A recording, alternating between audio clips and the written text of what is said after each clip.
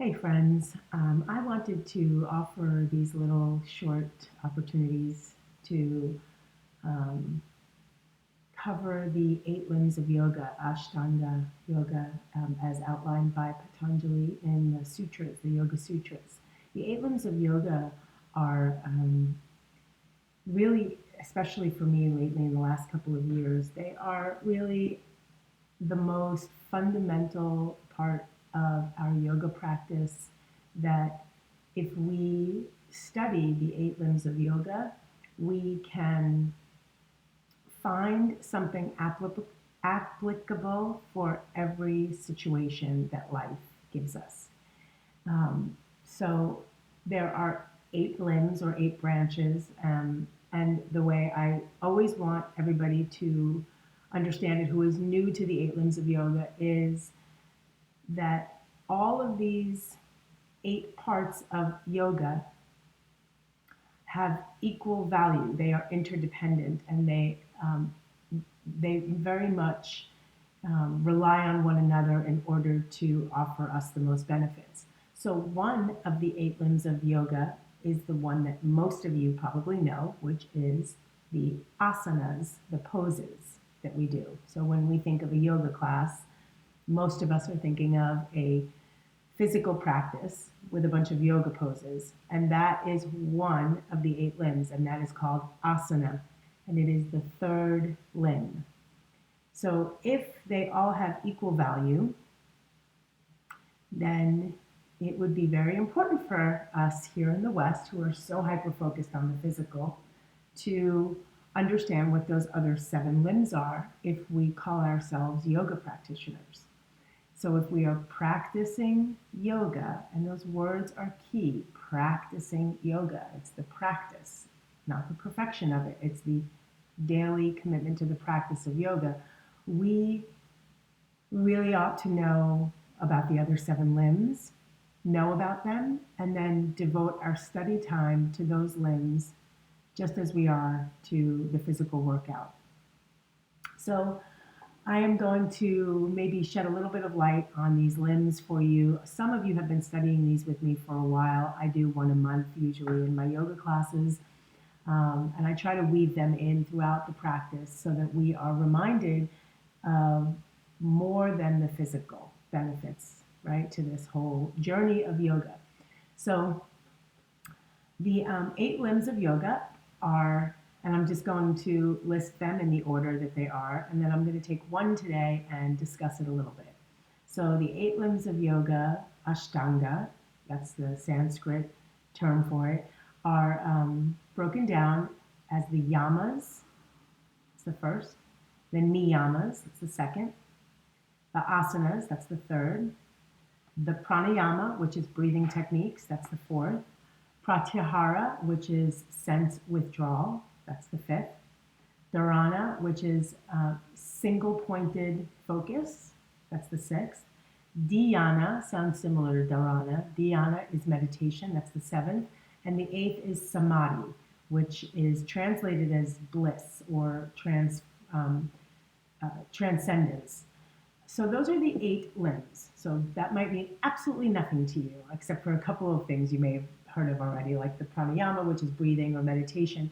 But the rest of it may mean absolutely nothing. And so I'm going to break down the limbs one by one and make them, accessible to us, so that we know how we can do some self-reflection around these limbs and understand this practice more and what it has to offer us. So the first limb is called the yamas, and just to make things more confusing, the yamas are broken down into five. So there are five yamas. So it's like, the eight limbs, first limb, and then under that one is A, B, C, D, E, right? And so the first of the five yamas is ahimsa. And yamas are, in general, the way to understand them are that they are ways of conduct for ourselves out in the world. The way that we are showing up kind of externally, like how we participate in the world. And the very first of these five tenets is called Ahimsa, and the translation is nonviolence, and that's the one I want to talk about today primarily. So I gave you a little background on what the eight limbs are, and today we're doing the first of the first limb, right, of the yamas, and it's called Ahimsa, nonviolence. And nonviolence is a doozy because most of us, when we hear that, think of like obvious violence, but it is not about obvious violence. It is not about, having physical fights. I'm pretty sure most people watching a video like this are not participating in physical violence of any kind. But it includes all of it, right? It includes all violence. So to understand what ahimsa means, the way I like to bring it in and make it really applicable is to understand how we think when we're in a yoga pose, for example, right? So just trying to keep this really accessible for all of us. We go into a yoga pose and it's, I don't know, it's like a balancing pose or something really difficult, or an upside down pose or a back bend or something more challenging. And we start having thoughts in our heads about, we start having thoughts in our heads. And now it's about noticing what those thoughts are. Are they violent thoughts? And violent means harmful. Are the thoughts harmful? So are you thinking harmful things about yourself? I can't do this pose, I'm too fat, I'm too weak, I'm not flexible enough, I'm, blah, blah, blah, blah, blah, the whole thing. I hate this pose, this teacher for, I can't stand this teacher for choosing this pose, I don't know why I'm doing yoga. It goes on and on and on, right? What could be going on in our heads? And our work is to observe what our thought patterns are and determine if they are harmful or helpful. Ahimsa is non-harming, non-violence, non-aggression. So that's one kind of benign, well, I don't even think it's benign, I think it's a big deal. How we're thinking about ourselves, even in a yoga pose, is very much going to shed a light on usually what the theme of our thoughts are in general. But this goes to everything. It goes to how we speak, out loud about ourselves or others. And it goes on to how we are treating each other. And it goes on to how we are treating animals.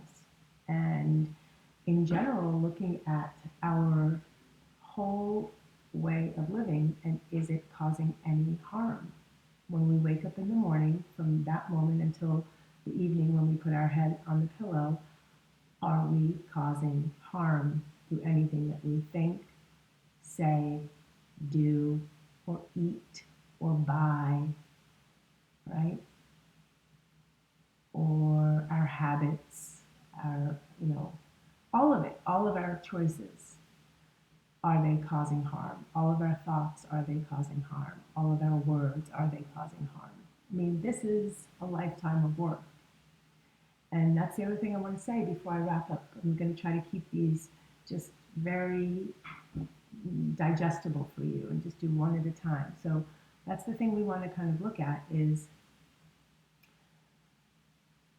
for the rest of our lives, we are invited to look at these principles every day. We look at our relationship around ahimsa, for this one example. So during these super intense times where there is, a global pandemic happening and we are all being challenged in very similar ways, right? The same types of triggers are coming up for all of us.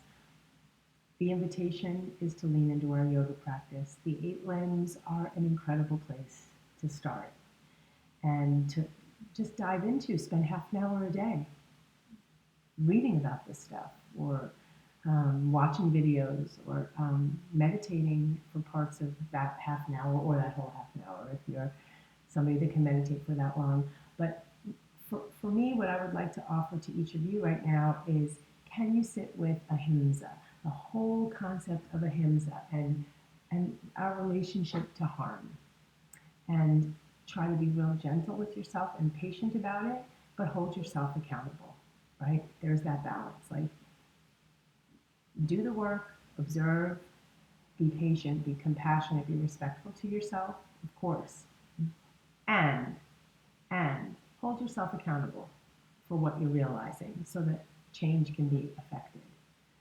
So that is what I want to leave you with today, the work of Ahimsa, the practice of Ahimsa, nonviolence. And please send me any comments that you'd like. You can email me, yvonnekhart@gmail.com.